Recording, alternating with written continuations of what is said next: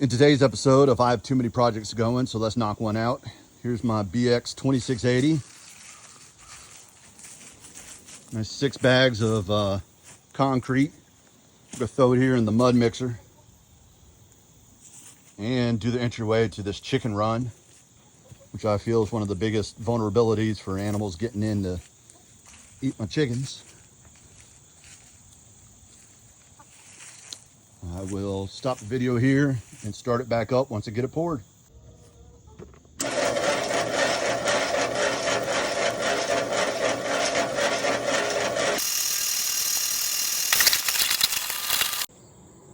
There it is. Finished project.